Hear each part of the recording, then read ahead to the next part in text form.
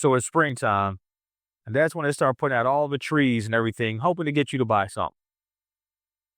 It's very critical that you get your trees in the ground, but you get them in the ground at the right time and in the right way. Because let's face it, you'd hate to pay all that money only to have them die on you. That would really suck. I know because I've had a couple trees die on me. But I've since learned from my mistakes. What I'm going to do, I'm going to show you an easy way how I plant my trees to make sure they thrive and you get the most out of your fruit trees. So if you checked out my recent video, you'll see that one of my peach trees recently died. And so luckily it was under warranty, which is one of the good things about these big box stores. So I traded the tree in, got my replacement tree. And pretty much I'm going to go ahead and show you my process of getting my tree in the ground, planted and protected. First things first, I dig a hole twice as wide and twice as deep, mainly to remove all the rocks that are in my soil. Then I go ahead and backfill it with some good organic compost and organic material. And I typically get my compost from Living Earth. I usually like to buy it by the yard. I think it's just more cost efficient that way. Then I go ahead and I get the tree out the pot. And most of these trees from the big box stores are usually pretty root bound. So I have to loosen up the root ball. Sometimes I'll even soak it in some water just to kind of get the root ball nice and loose. A lot of times it's going to need a little bit to promote growth and just to kind of untangle it. Because again, usually it's pretty root bound.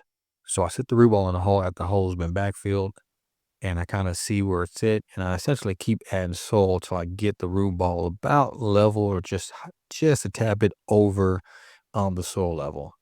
And that's mainly because for me, I'm on a hill and I don't want the water and the drainage to flow towards the graft line. Then once I get it right about where I need to be, put it in the hole, and then I backfill it again with some more compost and manure. And then I'll add layers of cardboard around the outer perimeter, and that's kind of going to function as my weed barrier. And mainly because it will eventually break down and feed the soil. And I spread a layer of good mulch all around the perimeter of the tree, making sure that I don't get any too close to the trunk. At this point, I'll go ahead and after I get the mulch nicely spread around it, I'll go ahead, time to put my tree borders in. Now I'm trying out this new product I found on Amazon, and I'll go ahead and drop the link in the description. But that's this corrugated metal edging and that's mainly because I'm trying to make this tree orchard a little bit more beautiful.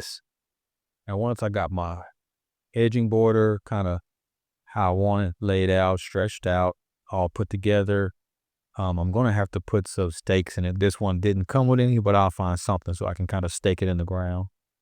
But I also make sure that I remove any mulch from around the base of the tree. Next, I go ahead. It's now time for me to protect the tree trunk.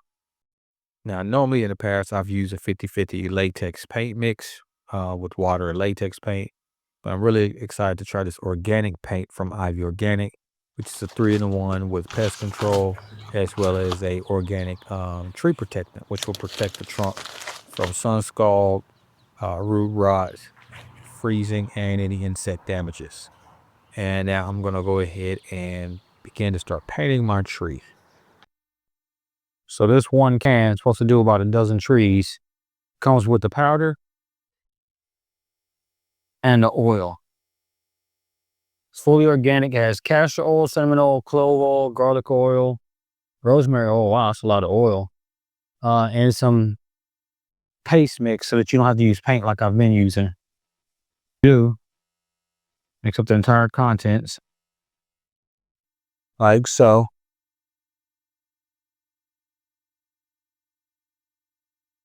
Then you mix the oil in there.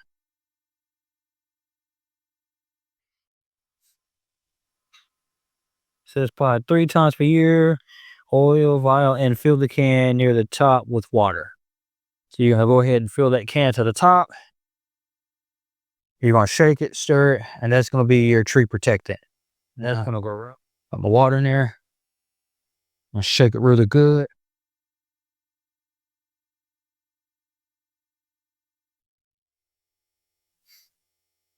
It should be good and stirred up. And it should almost be like a, yeah, I think that's about the consistency you want. Like a thin paint. And we're just going to paint it.